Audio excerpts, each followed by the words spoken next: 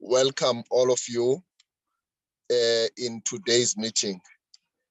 And the meeting today, the primary purpose is for us to get a briefing from the Department of Public Enterprises so that they can take us through their strategic plans for the financial year as well as the annual performance plans. Recording in progress.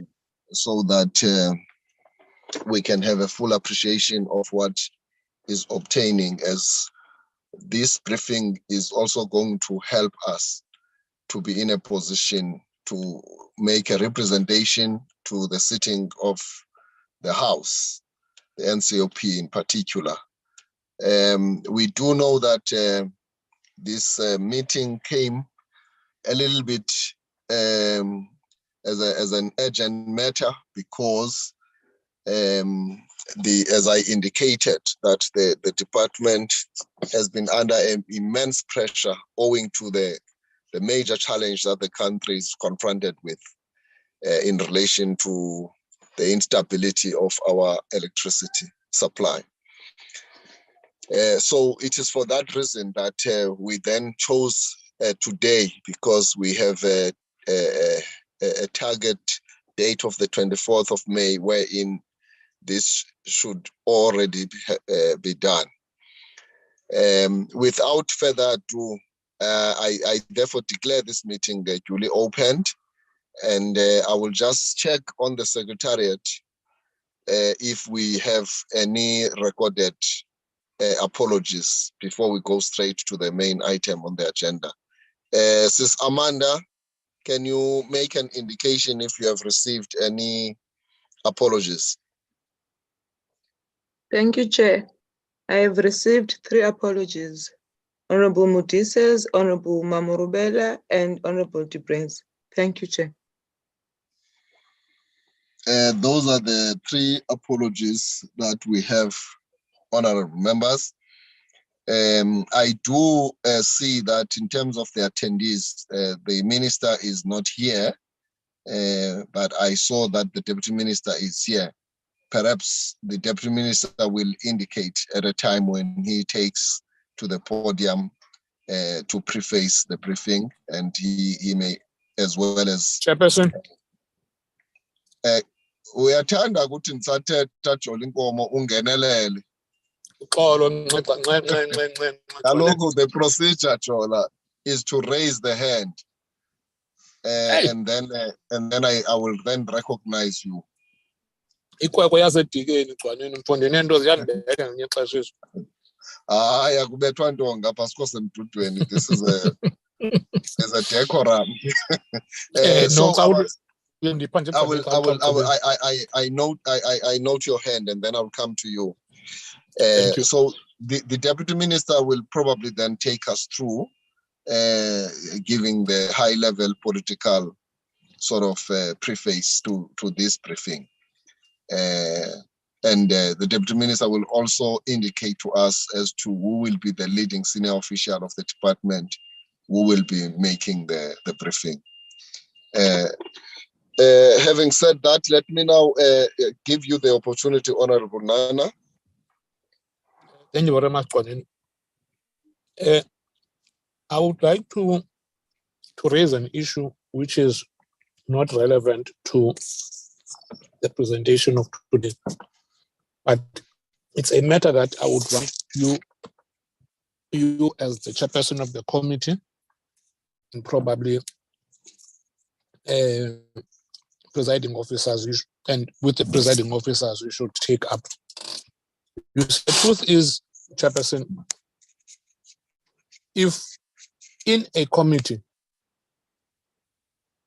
1 or 2 members are perpetually not present, inevitably the load that was supposed to be carried by those members gets carried by others. It can be that there are members who are permanently submitting apologies in this committee. And you know whom I'm talking about, Chairperson. Please, this matter has got to be attended to. What's even more annoying, if tomorrow we are told, if tomorrow you can say there's an oversight trip, this particular member will be present. All of a sudden, she will be present. And when it comes to other work of parliament, nowhere to be found. I just wanted to raise that, Chair. Thank you.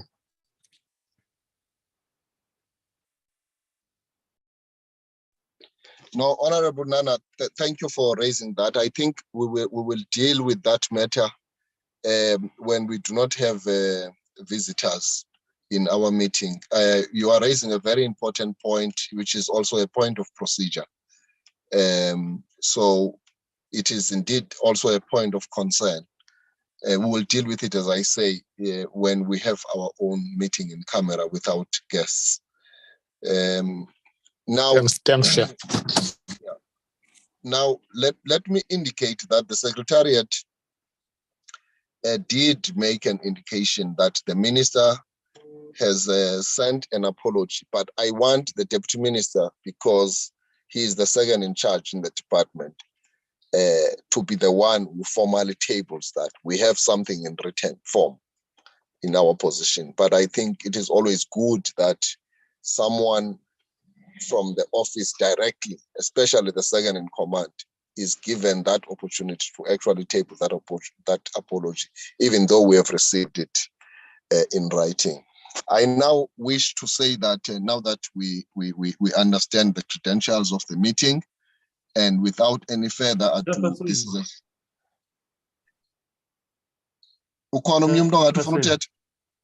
Chairperson, it's me, Honorable Makwala. I've been raising my hand since you started with credentials. It's only, so I don't know. No, it's only appearing now that you are talking. Okay. Honorable Mbulelo Makwala, yes, sir. Thank you, Chairperson. In the meeting with our guests and all honorable members. Chairperson, I want to register an apology for my whip, Mabat, Honorable Makwala. Preparation of the funeral of Honorable Apleni. So she said to me, I must just have to register her apology in the meeting. Okay, that apology is recorded, Honorable Makwala. Thank you for giving to us.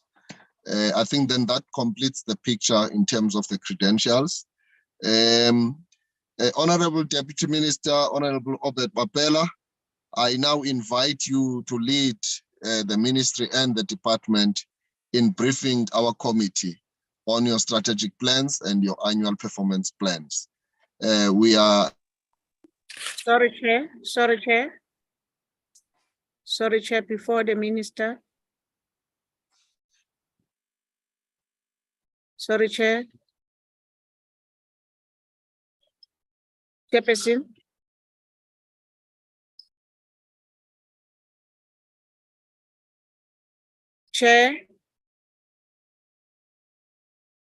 Chairperson. Okay.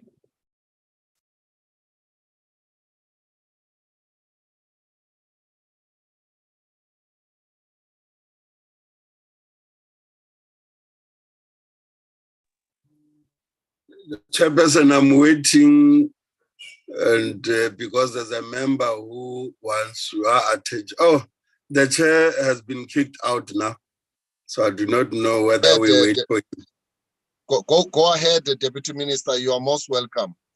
Okay, I see there's a member who says before I speak, so he's seeking your attention. So can I wait a bit? I was just citing the fact representation, but however, we were very much accommodative because of our understanding of the compliance issues that are related to what you have to present to us. So without any further ado, I give you the opportunity to go ahead and present. Comrade Chair. Chairperson. Yeah, Mamungwe. Ndiyaxolisa sana ukuphazamisa. Chair, I would like to put my apology that by 10 to 11, I will be looking out to go to another meeting. Thank you. Your apology is noted, Mamungwe. Thank you. Ngiyabulela, ngiyabulela, Sihlalo. Yeah. Deputy Minister, you can now I'm take the ready. floor.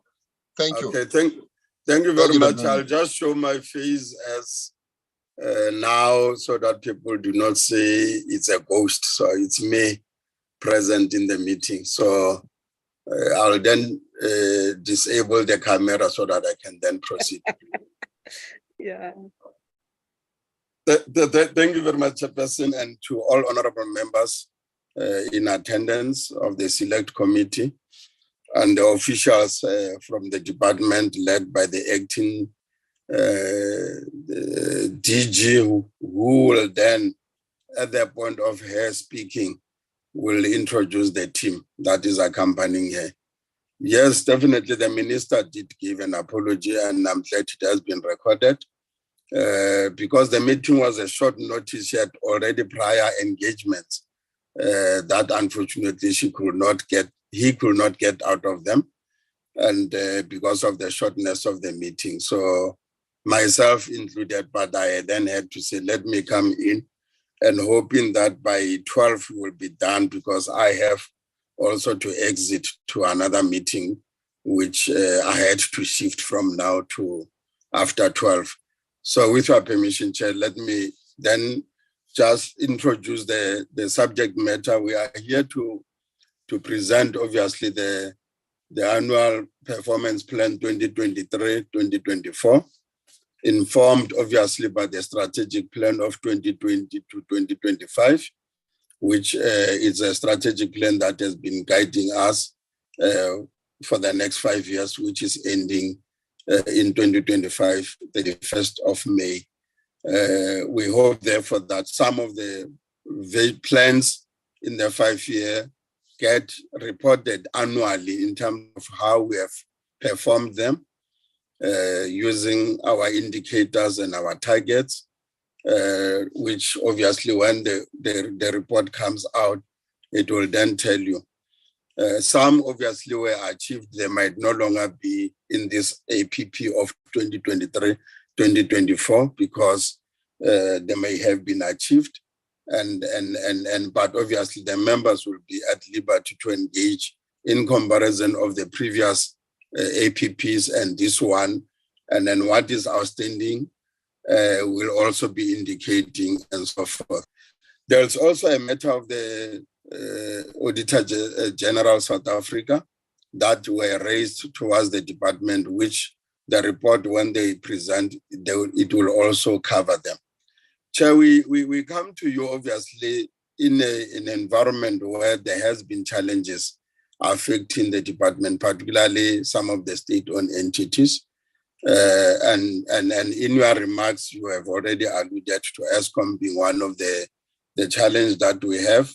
It had come from the state capture period into the challenges of load shedding that are besetting the country as a whole. And it's one of the entities that is reporting to the Department of Public Enterprise. And quite a number of the portfolios that reports to us were not spared by that particular period of the state capture. Transnet, to some extent, Denel almost to zero ground, and then SAA towards liquidation and now back from it, how we also had to save it from going that direction, and Alexco. So out of the 5 of them, when you go into the Zondo Commission, they are there, they are reflected, and the depth of the issues are reported there. Southcol is the only one that was not captured, and therefore it's one of the entities that is a lodestar, our shining star, that has performed so well. Governance issues did not affect them, corruption did not affect them, and then they were able also to deposit money into the fiscus as a result of their performance and then the good results. We wish that all of the other can then be modeled towards how Southcol has managed to do so, to be where it is. But those might have happened We are now on a turnaround strategies on all of the state-owned entities. Transnet now growing in a particular direction. But as you know that the issues of the locomotives, which the minister had to travel to China to go and resolve the dilemma. And we need those 1,064 locomotives on our rail so that we could then begin to reduce the traffic of trucks that are all over, where we have a program called From Truck to Freight, and therefore enabling the freight and logistics activity of Transnet really to be unlocked, because if we can do so, we'll be helping in the unlocking of the economy so that we can move goods from wherever they come from to the port. And also the operations of our ports is now also beginning to be optimal. And then besides the state capture, obviously there were issues of COVID and how it also impacted on our economy negatively, but we are now rising positively slowly with the economic recovery and reconstruction plan that was introduced as a post-COVID type of a program of now rebuilding our economy. So Transnet being an enabler and then a logistic carrier, we are also making it to be fit for purpose.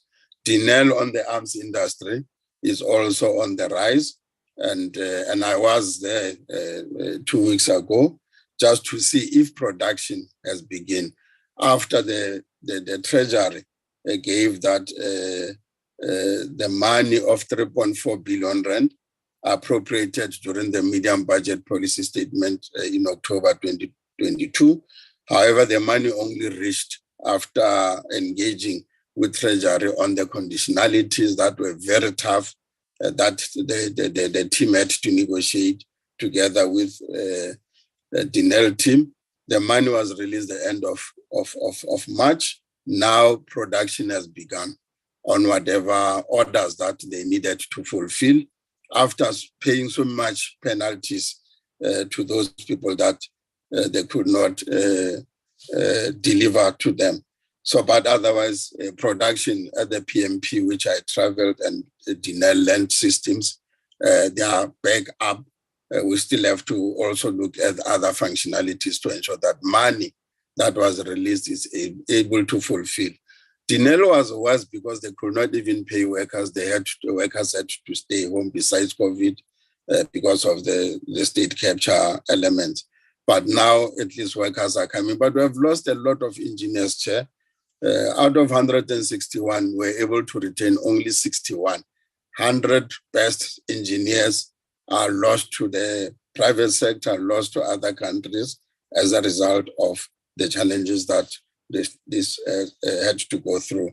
The other one is SAA. I think you have been observing and watching the news, which report to us, and it's also from going liquidation, we're able to hold it not to reach that particular point, but it was under business rescue with a business rescue practitioner appointed, and is now out of a business rescue, is now functional and obviously on the rise, still looking for a strategic equity partner that was found. And obviously there are debates and discussions around that, but the Competition Commission has given a thumbs up to the deal to continue. Obviously, people are now saying, but the state has lost, it's only 49% instead of 51%. So that is a debate on its own. And then Lexco also had to go through challenges, and we're still engaging on the turnaround strategy with them, which we still need to firm up. And then the last being Eskom, as you already know much about it and the challenges that is going. So, Chair, with that, we are seeing that the state-owned entities are on the rise, the turnaround strategies are there, and through our oversight and accountability, I hope at one point you might then be inviting us beyond the budget votes that we're preparing, where we can then give you an exhaustive engagement on how this turnaround strategy is now beginning to yield results.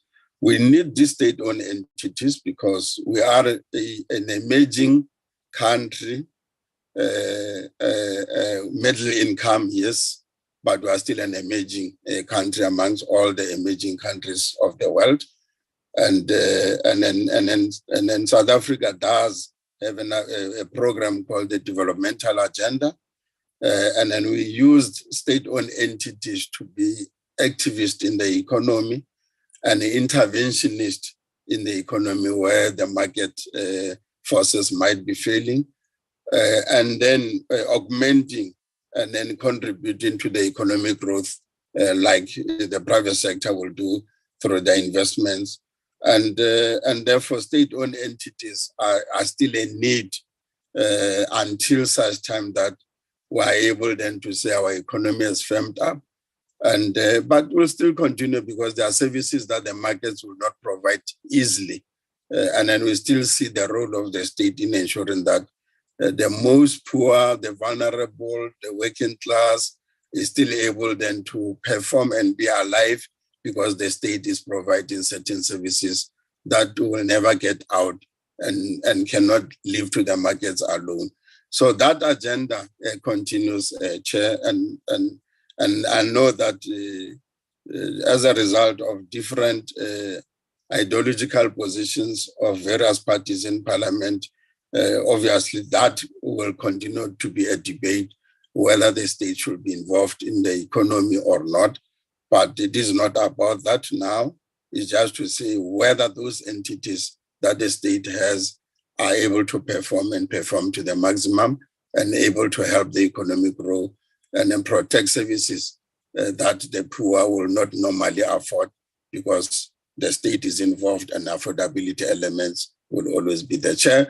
With that, then I will ask through your permission, the acting DG Mayor J.K. Mudisani to then introduce the team and for them to present on the APP, which is the main agenda focus. Thank you very much.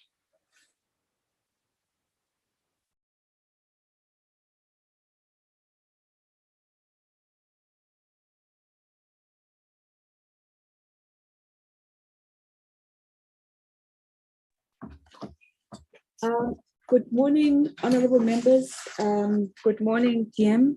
Thank you for this opportunity. We will quickly upload the presentation that you want to share with the committee, and I will take you through the presentation. Thank you. In terms of, as well, before I go into the presentation, I just need to indicate that I do have the senior managers in the department who are responsible for the respective SOCs, be it in the energy sector, the defense sector, electricity sector, as well as the finance team, including the office of the ministries.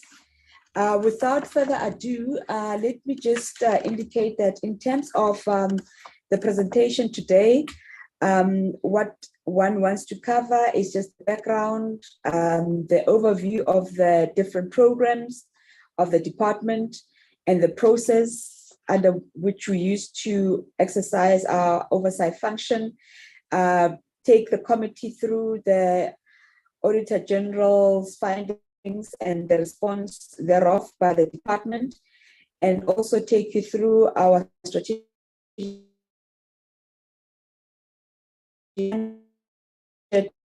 and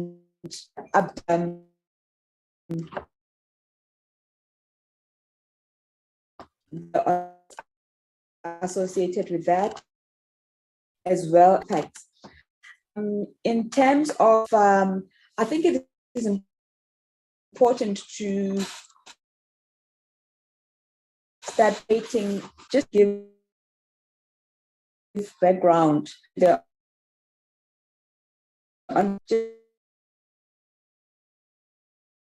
just to started in order to champion and reach enterprises really ensure that economic and developmental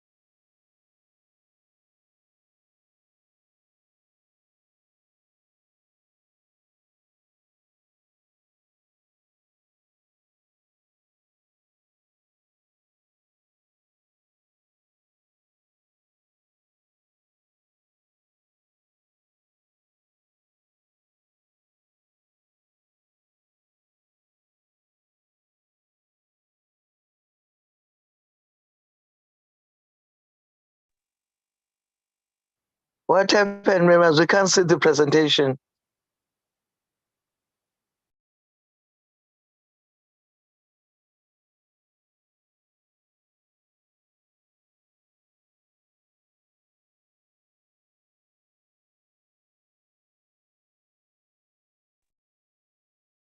There seem to be some problems with the connectivity. As a result, some of my colleagues were kicked out, but they are all trying to reconnect.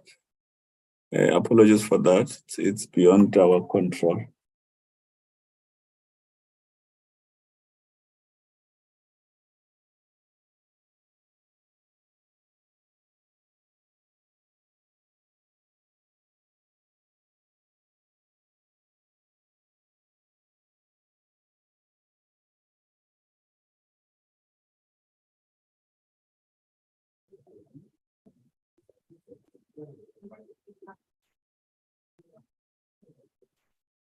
Honorable members, it looks like even the chairperson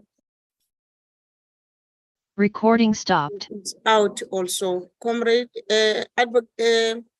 Comrade Giver. Chair, Recording in progress. chairperson. No, Mamgwenya, I think he has got a problem of a network, but he has logged in. So he asked me to take over with the questions because he's just in and out.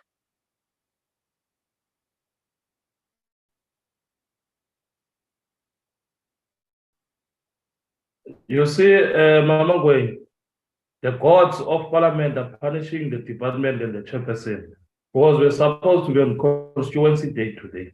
That's why these things are happening now. Injalo tata, but because sesingenile, let's continue. Ma'am Pipi, can you please lead us? Thanks, ma'am. Okay, I think we were waiting for the presentation, like the other officials said that they've got a problem of connectivity. So I don't know for how long are we going to wait, or one of them must take over. One of them can take over so that we can continue with the presentation. Otherwise, we'll end up not having even a quorum. Okay, we are back. The DG is ready to continue. She's back online. Okay, let's continue.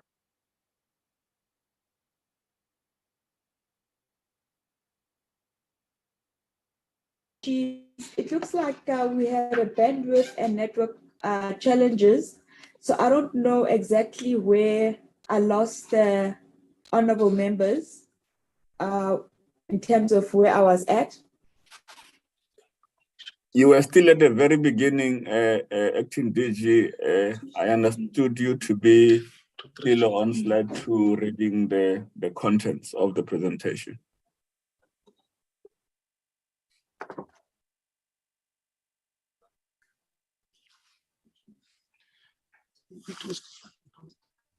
Okay.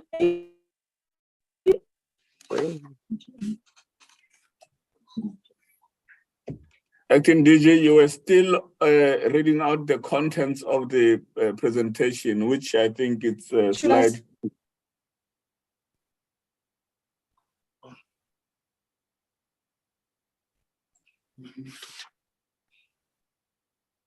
Could someone maybe who don't have a problem of the connectivity to continue, please?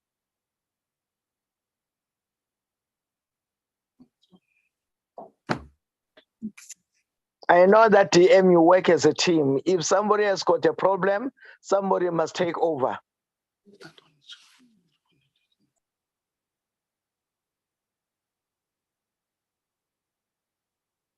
They can hear you.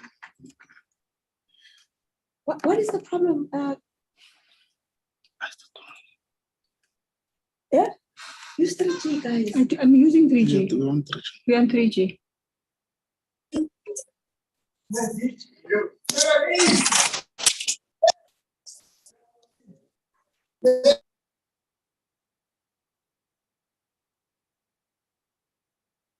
Please continue.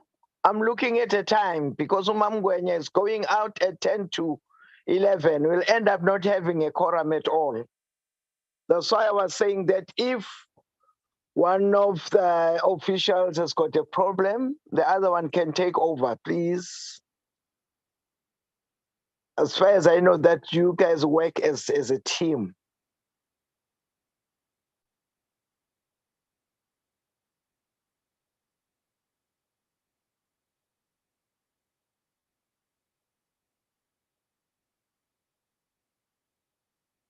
Please, DM, can somebody take over if the presenter has got a problem? Just to take us through.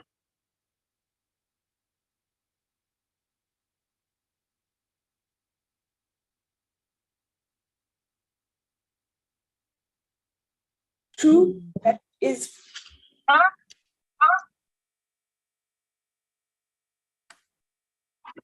Hello, can you hear me? Maybe I should take over. Yes, please advocate. Yes.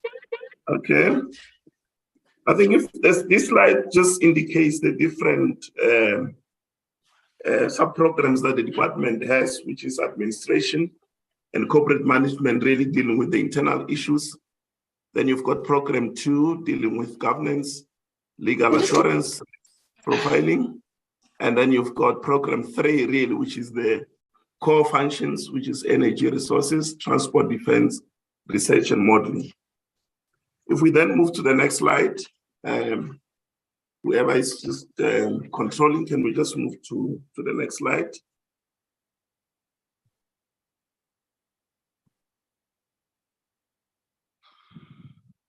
Honorable members, you've got the presentation. I don't know who's controlling, it's not moving, but the next slide deals with the current oversight processes. Just really to indicate that we've got a strategic intent statement, which is a statement that really set out the shareholders' expectations of the different state-owned enterprises. We then have the shareholders' compact, which says the targets of what needs to be achieved. Then we've got the corporate plan, which is really the plan of the state-owned enterprise going forward. And then we've got the performance monitoring through the quarterly reports and also the annual investor briefs. And then we've got the annual general meeting and also the reporting to Parliament, which is what we are doing now. Moving to the next slide. I'm not sure why it's not showing. It would have been easier. I'll try and put it in. Apologies, honorable members.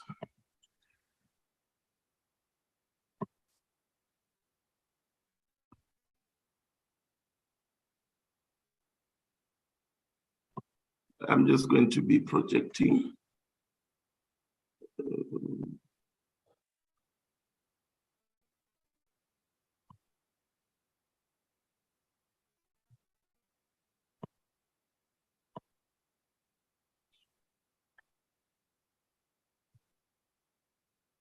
Then just to indicate here that the APPs are aligned to the medium-term strategic framework and the 2023-2024 SONA commitments.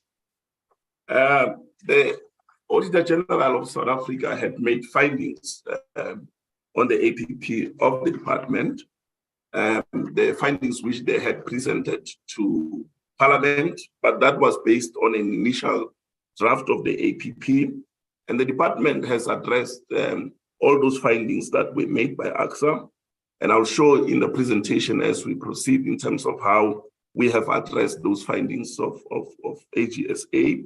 And once they've made those findings, then the department then implement the findings, but AXA does not come back to reassess that. The first issue that they had raised was that the indicators do not correlate with the annual target and the desired performance. And this specifically was with regard to the target relating to the reduction of infrastructure vandalism and cable theft. Just to indicate that the department plays a monitoring and facilitation role with regard to the issue of infrastructure vandalism and cable theft. And there are different forums that the department participates in, like the Cable Theft Infrastructure Vandalism Forum, the National Rail Crime Combat Forum, the Multi-Task Team on Cable Theft. And really what we do there is to identify what are the issues that need intervention, especially from a government perspective, in terms of changing policy or legislation, so that we really deal with this issue that has a negative impact on the department. And the reason why we had put the target like this in terms of the reports is that based on the meetings of those particular forums, then we will then put the reports and those interventions in that regard. The second issue that AXA had raised with regard to our APP, that it seems like some of the targets do not achieve the intended outcomes, especially with regard to the oversight role and effectiveness of the department in terms of the oversight role. But I think just to indicate, honorable members, in terms of our response, that the APP will not provide for all the work of the department. Some of the indicators will be in the work plans of the DDGs, and they will be deliberated as part of that. But the targets which are really strategic and those that are prioritized will be part of the APP. But the other targets will be part of the work plans of the different branches in the department. So we have addressed that issue in that way to say the strategic ones are in the APP and the others are in the work plans of the different sub-programs. Moving to AXA finding number 3, that indicated that some of the indicators and targets included in the APP have no technical definition, and it was really targets related to media analysis and communication and media interventions plan. Those targets were moved to the branch work plans, so that, as I indicated earlier, that we prioritize some of the targets in the APP, but they were amended to ensure that they are measurable in line with what the AG has recommended. But also to indicate that even if those targets are not in the APP, they are part of the branch work plans, they will still be audited by the Auditor General. And the results of that audit will also be in the annual report. Moving to the finding number 4 of the AGSA, there were issues about the targets for the outer years that are not well defined or measurable, especially on the shareholder management bill, and also on the activities of the Presidential State-Owned Enterprises Council. Just to indicate that really the policy document and the National State Enterprises Bill has been developed. So the bill is there, it has been drafted, but it's subject to the consultations within government. So it's going through a consultative process, but at least we've got a bill, because once you develop a bill in terms of the processes of legislative development in government, we've got to prepare what is called a socio-economic impact assessment. That is what we are preparing in now, but also we are going to have consultations within government before we can then take this bill through the necessary cabinet and also the parliamentary process.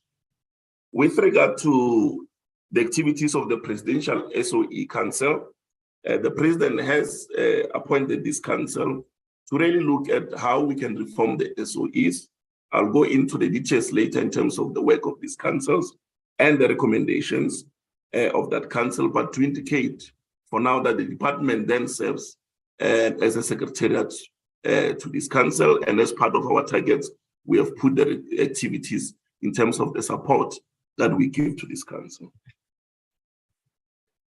Moving to AXA findings number 1, the issue really there was that there is a repeat of the targets of the previous year, and it seems like we have not fully reviewed the APP, especially the examples they've given is on the target on the report on the preferred option to resolve ESCOM debt. We have reviewed that and we made sure that what they had indicated is captured in the final APP. Now moving to finding number 6, in terms of what AXA had indicated, that it doesn't really seem, especially with regard to the audit findings, that we are reflecting the audit findings and the financials of all the state-owned enterprises. And really the reason for that, as part of our response, is that some of the state-owned companies have been placed under business rescue, and some were going through a liquidation process, and that's why they were not able to finalize their annual financial statement and ultimately their audits. SAAS, we all know, was placed under business rescue. The process has been finalized. It's just payment to the creditors that needs to be done. And the financial statements could not be finalized at that stage. But I'm pleased to report to the honorable members that the annual financial statements have been finalized, are going through an auditing process, and an annual general meeting will be held shortly to be able to note those financials in line with the requirements of the Companies Act. The SA Express is under liquidation, so they will not be the financial statement, but there will be what is called an L&D accounts by the master. So the master of the High Court is really undertaking that process of the final liquidation of SA Express. The audit of Nels' annual financial statement is currently underway and will be finalized shortly. The same with Alesco. The annual financial statements are going through an audit process. AXA finding number 7 was that really there's inconsistency in the wording and frequency of reporting within the APP, because, for example, they said there's 4 indicators that are applicable to our programs, but that really has been corrected in the final APP. And as I indicated earlier, that there were comments were based on the initial APP, which we have ultimately resolved and incorporated into the final APP. With regard to AXA finding number 8, the issue there was that a number of support functions activities were not reported in the APP, especially ministry, strategic management, and some in program 2, legal assurance, and also the issue of the board functions. And just to indicate the members, as I indicated earlier, that we cannot put all the targets in the APP. Some are in the work plans, and really most of the work, especially in administration, is regulated. It's really compliance work regulated in terms of legislation and different policies and protocols within government. So those normally we will not put in the APP. It will be in the work plans of the department, and the work plan which really will be audited by AXA. So it's not like we are hiding some of the targets. They are in the work plans and they will be audited by AGSA as well. So the last finding of AXA was that it seems that some key initiatives that are planned for 2024 in accordance with the E&E commitment, SONA and other reporting documents have not been measured or included in the APP. So we have included them. The issue of the optimal shareholding structure for Alesco, you will see as we go through the APP, it is part of the targets in the APP. The development of the turnaround plan for Transnet is part of the APP. The development of the Transnet roadmap is part of the APP. The measurement of the state-owned companies' ability to reduce debt and achievement of profitability is in the APP. The appointment of boards issue with regard to the board evaluation process as a first step to evaluate and subsequently appoint the boards is part also of the APP. So those issues have been addressed as part of that discussions that we have had with the Auditor General. Now, moving quickly to the strategic plan 2020-2025, honorable members, as I note also that we've got time constraints. The first really issue is MTSF priority number 2 with regard to economic transformation and job creation. Really the first issue is in terms of the reindustrialization of the South African economy to ensure that we increase the local content for the state-owned company spend to 75%. So it's a target that we have put as a 5-year target, and the baseline is really 50% there. Moving to MTSF priority number 2, still on the economic transformation and job creation. The issue there is to ensure that there is a support for the development of small, medium, and micro enterprises to really ensure that the beneficiary who graduated to the supplier development level, there is a spend on them, but also that there is a livable amount spent in supply of scale and critical skills occupation in demand. Moving right along, I've indicated in terms of program 2 oversight, we have developed a board evaluation framework, which the board needs to use and to make sure really that it's uniform, because there were different board evaluation that is being used for different state-owned enterprises. So we've developed one that is used for all the SOEs to make sure that there is a basis for evaluating board and also for changing boards. So that has been developed in that regard as part of MTSF priority number 1, which is capable, ethical, and developmental state. Moving to MTSF priority number 2, which is economic transformation and job creation. Really, the first issue there is to ensure that there is improved independent financial sustainability of the SOCs. Really, the 5-year target is to ensure that 60% financial targets for the state-owned companies are achieved. We also need to ensure that 60% of the state-owned companies' operational targets are being met, because that will really improve operational efficiencies of state-owned companies. As we are aware, most of our state-owned companies are going through operational difficulties, but this is an issue that we are looking at to make sure that operationally they are sound, but also financially they are sound. With regard to program 3 of sustainability, we need to ensure that there is a secure supply of energy, that really the energy availability factor is increased to ensure that there is constant supply of electricity, to also ensure that we reduce load shedding that has a negative impact to our people, but also to their economy. So we are looking closely on the issue of the EAF to ensure that it is increased, working together with the board and the National Crisis Committee on the energy issues, but also to ensure that the unbundling of Eskom is finalized, unbundling it into the 3 divisions: generation, transmission, and distribution. There is progress, especially with the issue of the transmission company. It has been registered, the board is going to be finalized, and I'm going to go into the details of that when we go into our annual performance plan targets. With regard to program 3 sustainability, in terms of Transnet, of course, there will be a long-term rail strategy linked to capacity plan. The department will contribute into that long-term rail strategy and also ensure that we implement the comprehensive rail modernization and upgrade program. The issue of the locomotives, the DM has already spoken in his opening remarks that the minister in his trip to China is addressing that issue. Now, with regard to the computerization of the Transnet National Ports Authority, in line with the provisions of the National Ports Act, that matter is being finalized. We have advertised the appointment of the National Ports Authority board. We've received CVs and we are finalizing the appointment of that board, but also registering it as a subsidiary of Transnet in line with the provisions of the National Ports Act.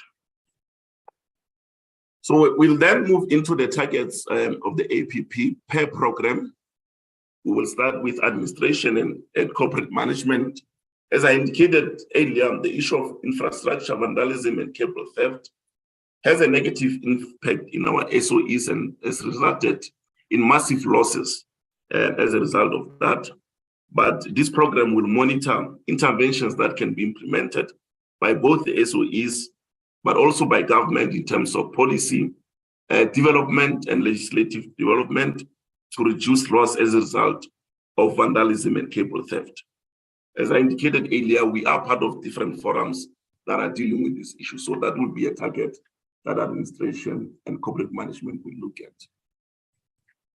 With regard to program 2, which is legal governance and risk, as I indicated earlier, the president has announced in SONA that South Africa will adopt a centralized model with the establishment of a holding company.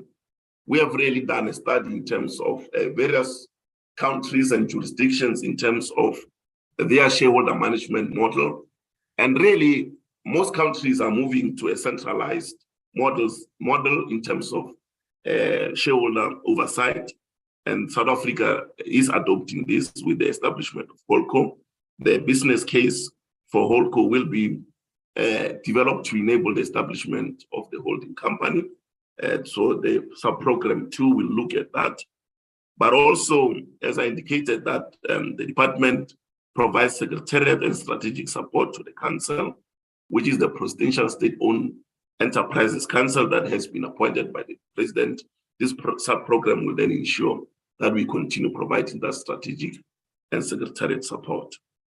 With regard to the financial assessment investment support, which is a sub-program under program 2, they will really monitor the conditions of Eskom debt to ensure that Eskom complies with those debt conditions in terms of the debt of the conditions, but also monitor the implementations of AXA's recommendations and findings.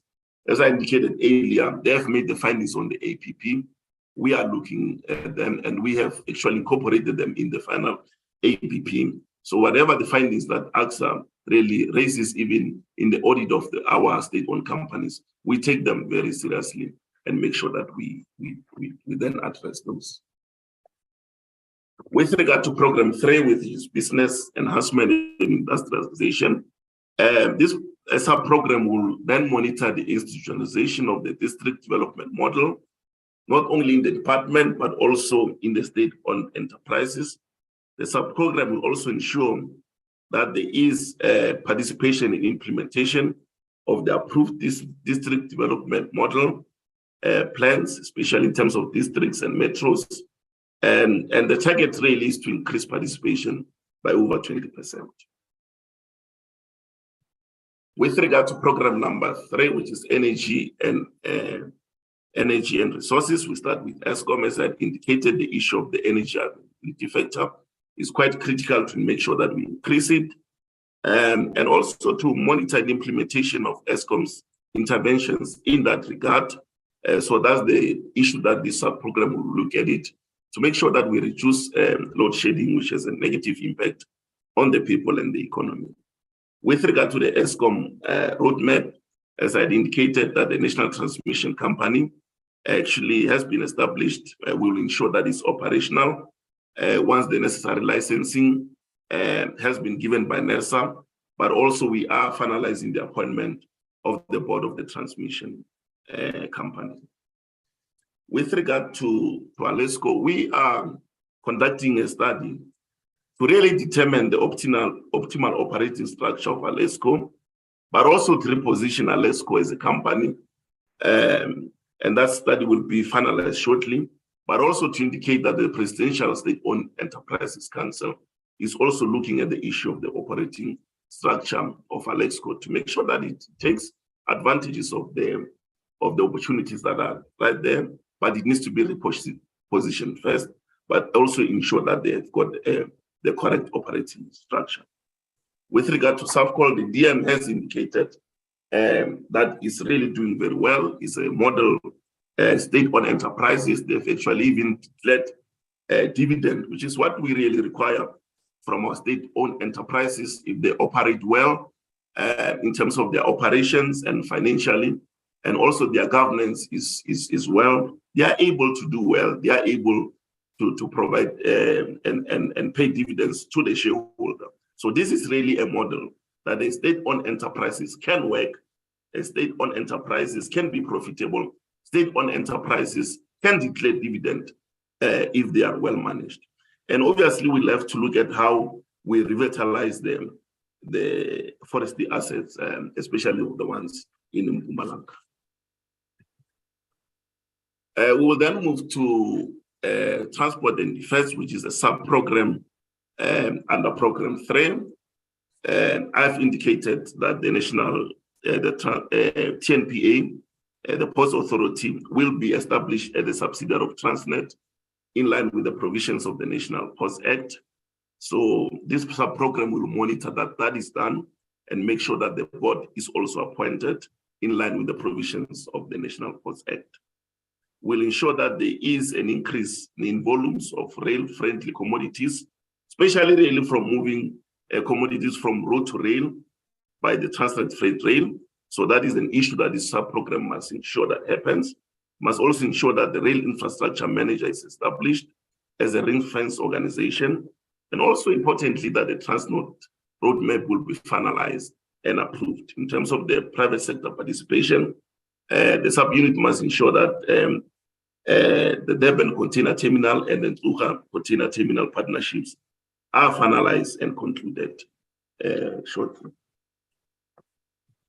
Now moving to sub-program on transport and defense, the DM has already indicated that after Denel has received that capital injection, the production is now starting to take advantage of the opportunities and the order book that they have. But also the issue of the structuring of Denel is in progress and should be concluded shortly, and the department will continue to monitor that. With regard to SAA, the DM also indicated that this transaction has been given a green light by the Competition Commission. It is now with the Competition Tribunal. And once the Competition Tribunal gives it a green light, then we will make the necessary applications with the licensing authorities. And after that is done, then Tagazu will then get the 51% in terms of SAA. So the transaction really is about to be finalized. Just as we conclude, this is the economic and research modeling. They are going to make sure that the Gomati project must be commissioned and the training center is operationalized. The EIA will need to be completed. So we'll make sure that all those 3 issues are finalized promptly. With regard to the budget, as I now near conclusion, given the time constraints, the expenditure is expected to increase at an average annual rate of 2.9% from 303 million in 2023-2024 to 330 million in 2025 to 2026. Really, the main cost driver in the department is compensation of employees, spending of which increases at an average annual rate of 3% from 185 million in 2023 to 2024 to 202 million in 2025-2026 financial year. But we will ensure that the department remains within the expenditure ceiling for compensation of employees over the MTEP period, but also to ensure that critical vacancy posts are filled. And I know honorable members have been asking that why are we having a lot of employees in program 1, which is administration? What about the other core programs? We are making sure that we get the critical skills in the other core functions to make sure that we continue doing our oversight work in a way that we should be able to. Just moving then to the shareholder complex, but just to indicate firstly that in terms of the Treasury Regulation 29.1, the shareholder compact is a negotiated document between the board as the accounting authority and the minister as the executive authority. And sometimes these negotiations take time, they lead to delays because there has to be agreement between the board and the minister in that regard. But we are going to ensure that in this financial year, all the shareholder compacts will be signed especially by the end of this month. So with regard to Transnet, Eskom, DNL, SAA, those compacts have been prepared and are going through an internal processes. With regard to Alescom, the compact has been completed and will be signed. The SAFCOL compact is signed and approved. So those that are going through internal processes really should be finalized within a month. Finally, just to say, the department has reviewed the APP, taking into account the comments raised by the Auditor General. I've taken the honorable members through the findings that they have made and how we have addressed the findings, but also to indicate that the department will continue working with the AG to ensure that the APP is developed according to the regulations that were developed by National Treasury and DPME. Thank you very much, Chairperson, DM and ADG. And that marks the end of the presentation. Okay, thank you very much, Mr. Makoba, for the detailed presentation. Now I'm going to give the members the chance to ask questions. Anyone, members, who want to comment or questions to the presentation? Chairperson. Show of hands. Yeah, Comrade Chocolate. Must I go ahead? Nana? Yes, you can go ahead. Yes, you can go ahead, Honorable Nana. I am not sure, Mama Baby, whether the background isn't making too much noise. I'm in a noisy place. From me? I don't know who's that. No. I myself, I am in a noisy place. I wanted to check if it's not interrupting you. Can you hear me clearly? Yes, I can hear you clearly. Okay. Honorable Nana, you can proceed. Okay, thanks, Mama Bibi. And thanks to the DM for holding the fort. My interest, Chairperson, is number one, in the presentation, in the introduction by the Deputy Minister. He said, he mentioned stringent. Mute. Okay, carry on, Ma'am. You are protected, Honorable Nana. Thanks. He mentioned stringent conditions that were imposed by Treasury, and the department had to negotiate for a lot more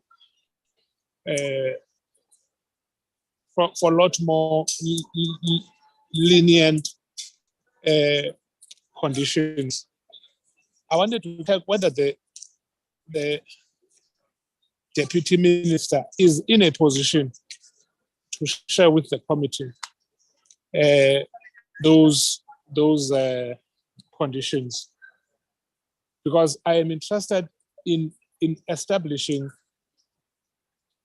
how much was Treasury made to bend in its conditions. The second issue is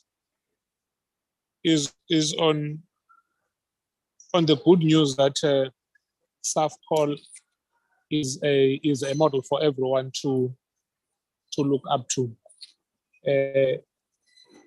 I would also want to congratulate SAFCOL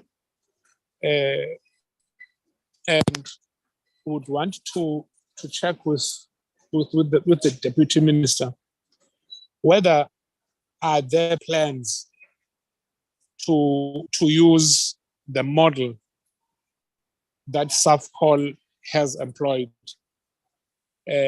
this model be adopted as a working model for other state-owned companies across public enterprises. And obviously, I am saying this mindful of the fact that you cannot apply a model perfectly. It would have to be adapted to material conditions that are existing in that particular state-owned entity. And the third aspect, Chairperson, is on Alexco. I may have missed it in the presentation, but it's worrisome, Deputy Minister, when nothing is said in your APP about the situation at Alexco. If you want a state of emergency, Alexco is in the state of emergency, and as I said, it's worrisome to me when nothing is mentioned about that situation. More so that it affects ordinary people in that area. I will stop at that for now, Chair, and allow colleagues. I'm happy to come back. Thank you. Okay, thank you very much, Honorable Nana.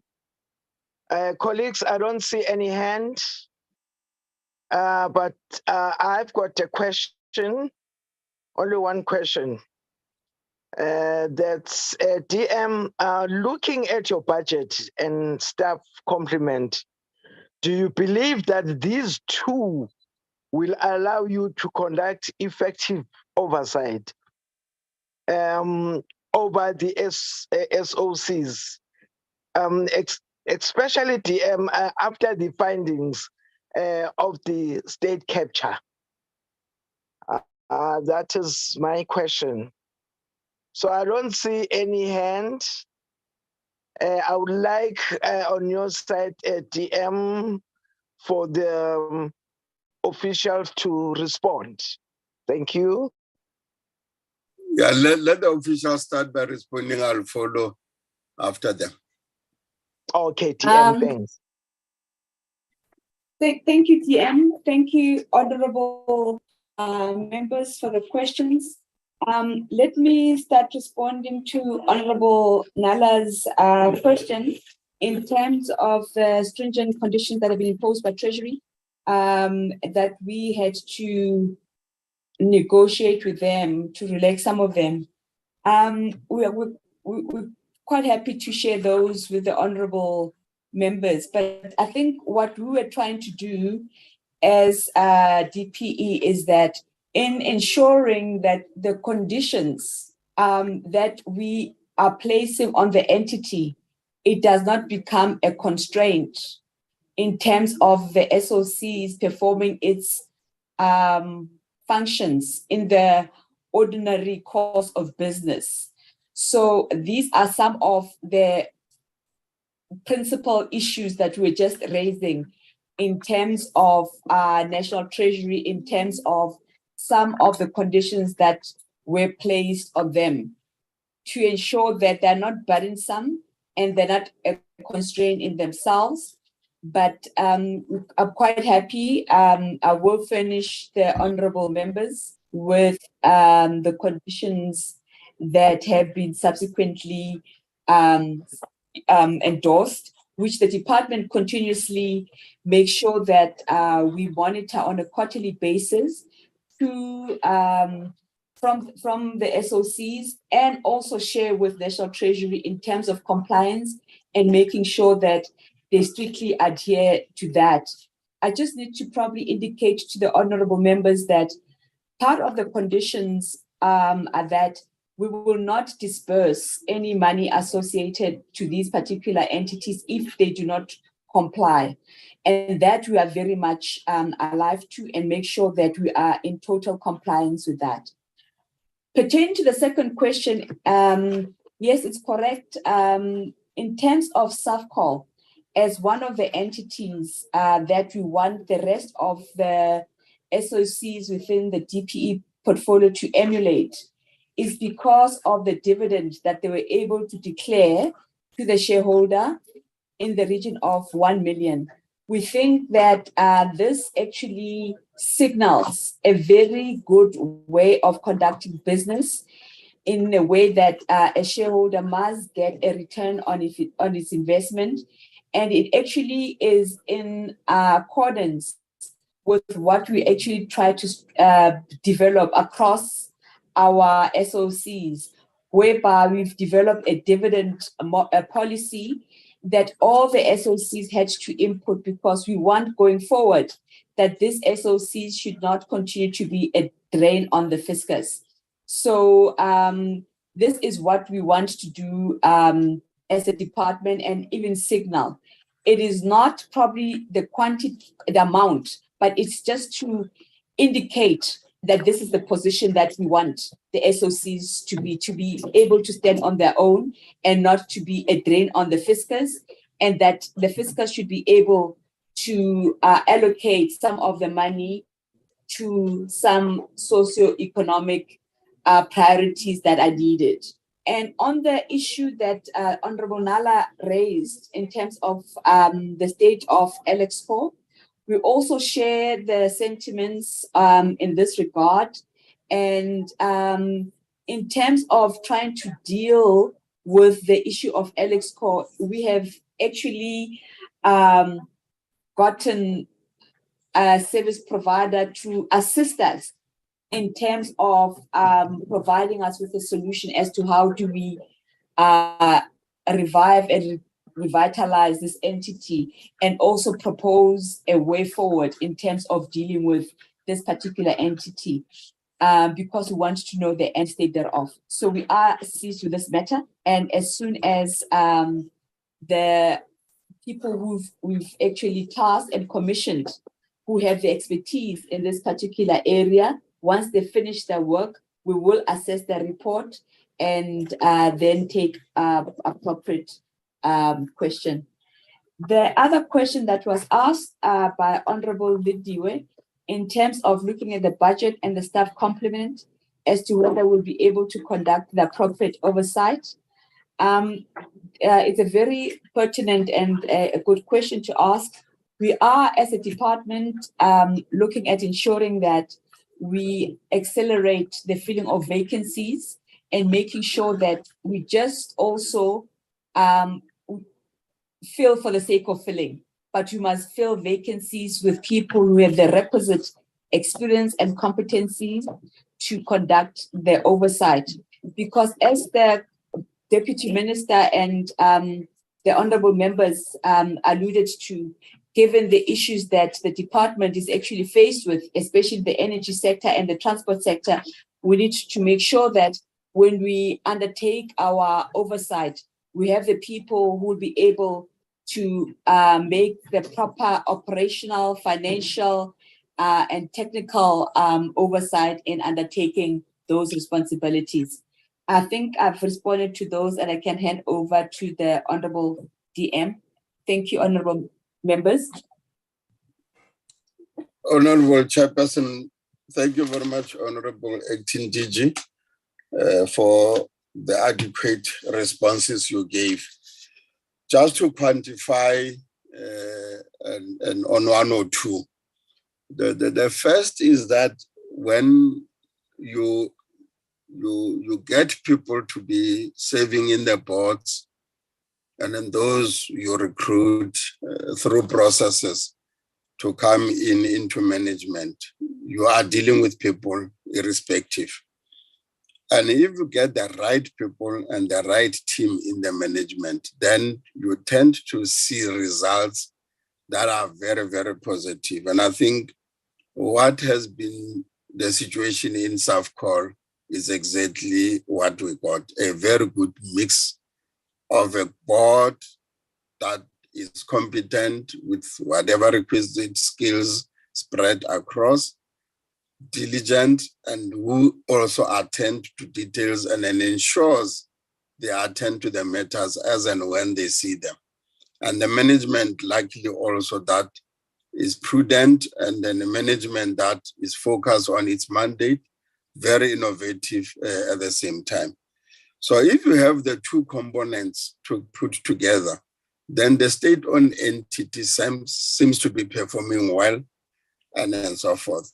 But it's only when there's an encroachment of corruption that might be allowed that then you then begin to see governance issues being affected, and then or you then see operational efficiency compromised, and then we then see instability rising in that particular state-owned entity, and then so forth. So now the models that we are going to be using going forward, but is people still that will still get, is to ensure that we have competent South Africans who will really begin to ensure that good governance issues are taken care of across all state-owned entities. If we have such a team, then you'll go long in terms of that structure. Secondly, and that is operationally efficient, and ensure that operational efficiency is a goal and is a vision, and it's been achieved.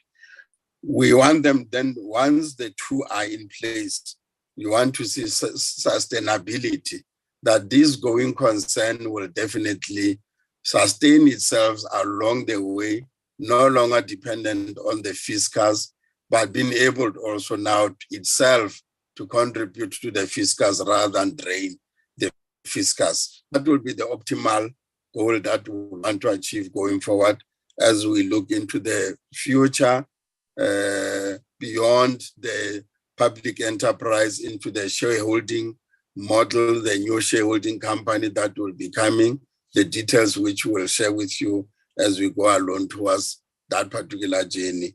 And definitely there's a new, also what the cabinet has adopted is for the crowding in of the private sector to play a role in some of the state-owned entities, not to take over, not to then take over the ownership, but then to look at programs that they can enhance.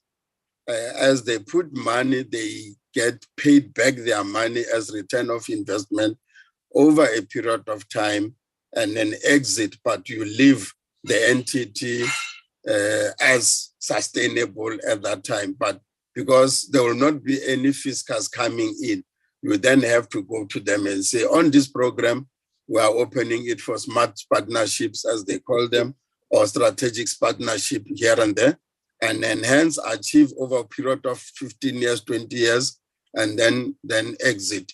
And then the entity goes on as 100% owned by the state. This model, we see it happening in Central, where the entry concession and the N1 concession and the Bakwena N4 concession have really demonstrated that private sector can play a role in the sustainability of such roads, where for 15 years or 20 years, there will be a contract that you toll the road and then we split on the toll between the state and yourself, but you also use the money to maintain, to build first, and then to maintain, and then sustain it, and then thereafter exit. And I think in the correctional services, we have seen with the private security prisons, and then obviously the classical one is the one in Mangaung, but where corruption enters, then it spoils the good that we usually derive from such investments. That after a period of 25 years, that was the model, the prison will then be handed over the correctional service, built solely by private sector, and then run by private sector. Then they get their return of investment paid off, and then hand the facility to the state, and it becomes a state asset. So those will be the models that we'll also have to look at. They have worked, and then that seems to be doing well. And then also we'll then have to look for such, obviously guided by the provisions of the law that we need to anchor in as we do the roadmaps and the turnaround strategies.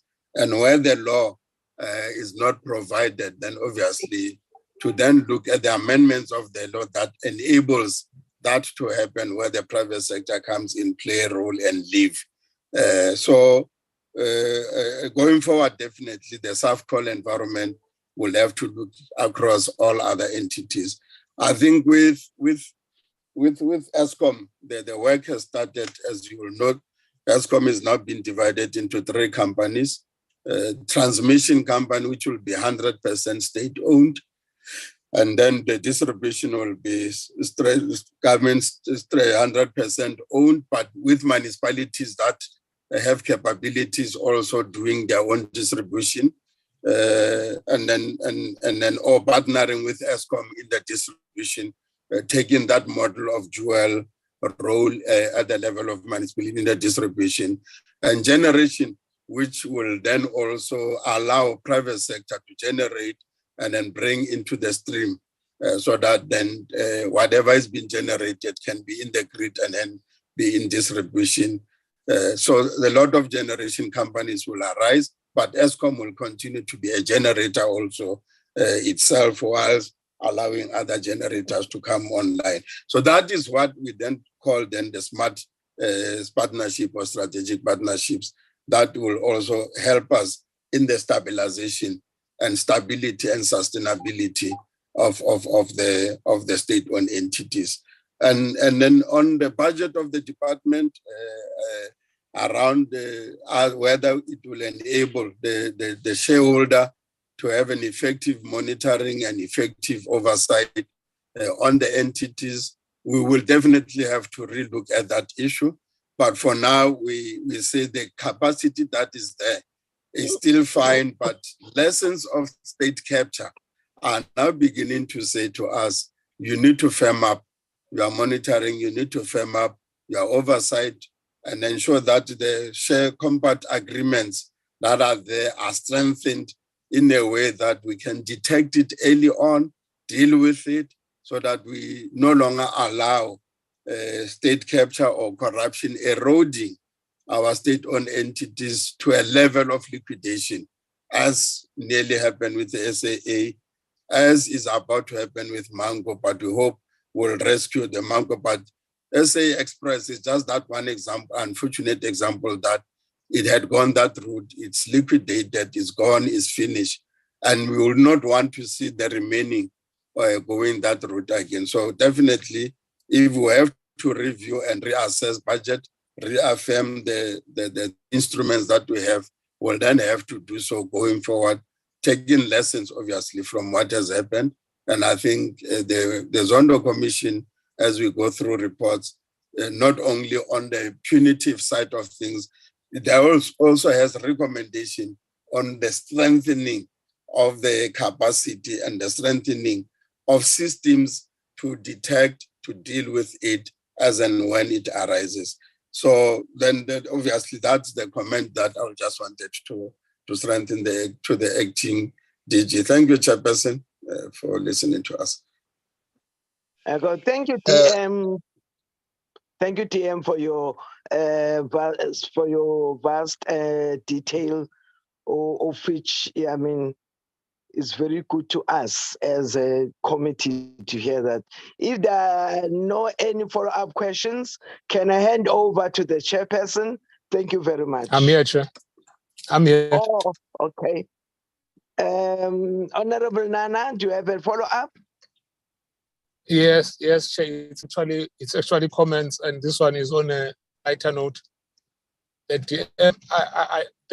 DM will know that I support private companies playing a role in state-owned entities. What would have been an excellent comment by him got spoiled by the example he made and mentioned Mangaung prison. But sorry about that, but it's an example. You nearly spoiled it, DM. But on the whole, I think it must be appreciated that DPE is now, moving, in what I will call a right direction. And DM, you will know, as members of parliament, we are prone to question of your brief or your presentation. There is an issue of your suspended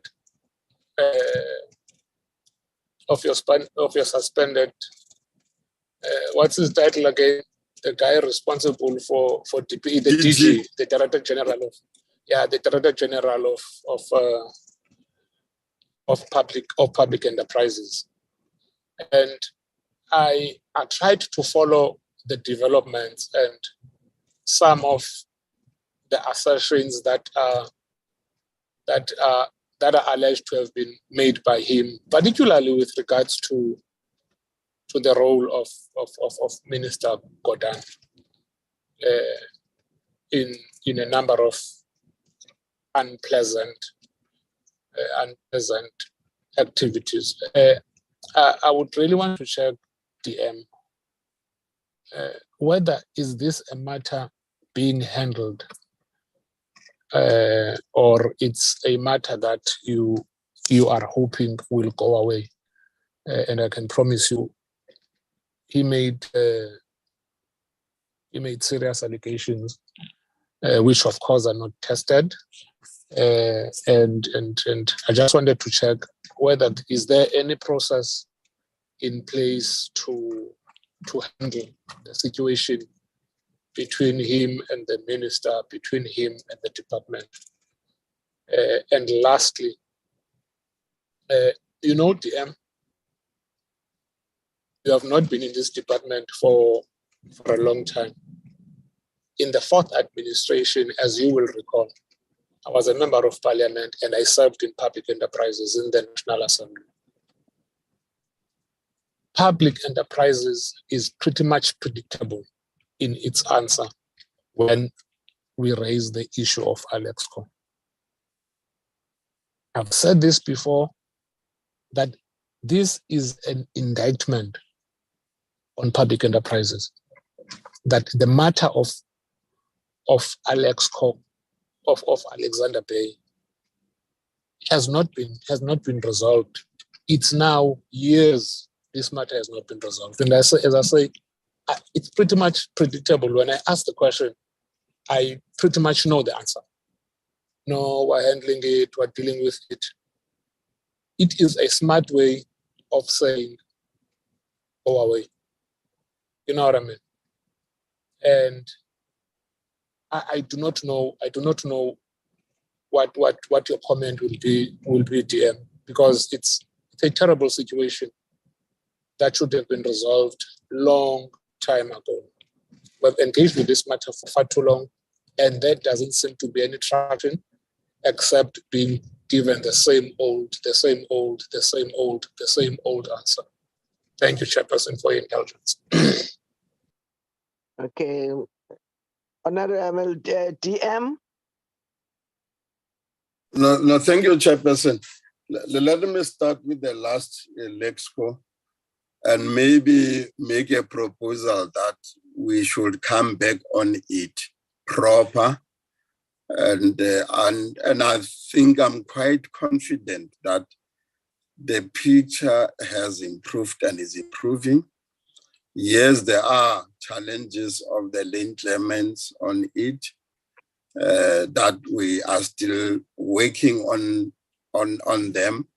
And as the acting DG had also said that there's a roadmap or turnaround strategy that is in full swing now by the interim board that was brought in as an intervention to really rescue Lexco from going deeper and deeper into the ocean. And I think the report is emerging quite positively the way they were able to turn around the situation. And issues that bedeviled it in terms of how they are dealing with them and will also be in that report, but also the future of Alexco, sorry.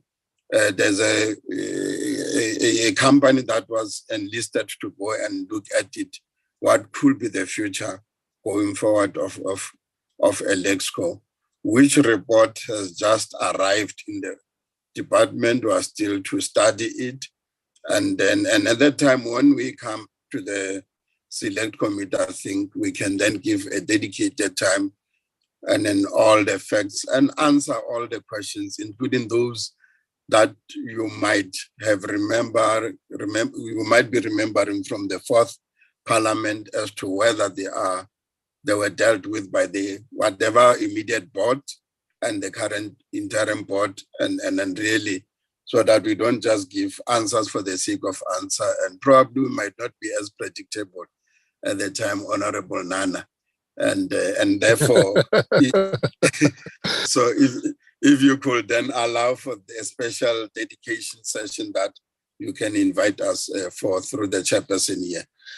And then the issue of the suspended DG, it's still a matter ongoing towards, divided into two. One, the suspension itself has a process where the president has appointed the Minister of Justice to really lead a team that can then ensure, therefore, that the issues of disciplinary can then be attended independent of the Minister of Public Enterprise and us as a department, and we have left them to that process. However, the allegations in the media have been thrown in quite disturbing, and as a result, he had brought the matter to the Speaker of Parliament, the suspended DG. We will then be subjecting ourselves to that process by the Speaker of Parliament of the NA, because the matters were thrown there around the allegations. And there is a process that is developing in the NA that we will be subjected to. I'll therefore prefer that probably when we go into that, we'll be able to then deal with those issues. But one of it already is under consideration by the board of SAA under Mr. Derek Hanekom, and also the minister had also urged the board that maybe this issue of the SAA assets and the value of the assets that has been on air can also be looked at. And then so the board is considering the minister's urge that a re-evaluation and also by the department to help in that re-evaluation, so that we could then assess the truthness or the no truthness in the matter. And we are now taking it seriously. We are not dismissing of it, and we cannot dismiss it because it keeps flashing in the national discourse, and it's quite worrying. And that is why the minister then said, maybe let's then look at it and then go and test the allegations. And the board has also taken that resolve, and the department is on it to help them to then begin to look at all the issues raised. So, but the rest of the other issues will then be subjected to the process in the NA, whereas this one was identified really for re-evaluation if they, so that the public can be assured if there's anything unwanted, then that reassessment will tell and will really come back into the public to express on it. Thank you very much, Chairperson. Okay, thank you very much, TM. Now I'm handing over the meeting to the chairperson, Honorable Mkiva. Thanks. No, thank you, Kakhulu Mama Bibi, for taking us through the question and answer phase of the meeting. Thank you, because my network was very much unstable, but at least now I feel much more comfortable. DM, on behalf of the honorable members of this committee and myself, I would like to express our deep felt gratitude for taking us through this presentation and for ensuring that you answer our questions, explicitly, paying attention to detail. We also want to thank the acting DG. And we hope that all the comments and the suggested items by the members in the form of those questions that are critical questions, because the questions are meant to enrich your processes at an executive level, to ensure that your strategic plans and your APP, there's an alignment in terms of our expectation, in terms of the expectations of the people that we serve. So we really hope that you take everything that we say in a very constructive spirit, a spirit wherein you can see clearly that our intention is meant to improve performance and to deliver the goods as expected by our people. We thank all the departmental officials, and we wish you all the best in terms of your targets for this financial year. And we will be watching you, and not only watching you, we'll be making inputs periodically to ensure that from time to time we measure your performance through our oversight. And we will not be exercising any overreach. We'll be working with you in a very constructive way. So with those words, thank you so much, and we look forward to future engagements. Honorable members, I think we now have to leave it at that, because this was the only item of our engagement today. I therefore wish also to thank you, honorable members, for sacrificing your Friday. Friday is obviously not necessarily used as a meeting day, only in events or occasions like this that we meet. Many members are expected to be traveling back to their homes or their constituencies. So I really thank you for Chair, your just before you close the meeting, you know you need to adopt the report before we can debate it next week. But we, as a department and Lorna, we can leave you just to deal with those procedural issues. So yes, we will come to that. After we have released you. Okay, thank you. Yes, yeah. So I was saying that I wish to thank the members for their commitment to ensure that they are certainly in attendance during this engagement with the department. It's always important that you also hear that aspect of us talking amongst each other in a very positive way. So at this point, DM, we can now release you because we have done your part. And then in terms of how then we will deal with this going forward, we will leave it. You will leave it with us as members of this committee. Thank you very much, DM, as well as the thank you very much, and other Chairperson. officials. You are released. Bye bye from us. Cheers. Honorable members, we will have to find a way of dealing with the. We will have to find a way of dealing with the issue of the adoption, because we do not form the quorum. We have got quite a number of members. We have quite a number of members that are absent today. So we certainly do not form a quorum. I can see that, because we had 3 apologies. We had 4 apologies, and we had a member who had to leave halfway through.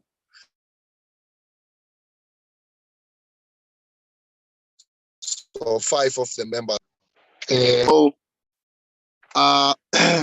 It would not be feasible, therefore, to adopt this report in this particular meeting. We might have to convene where all other members are present. Is there any member who wants to have a bite on what I'm saying before we conclude?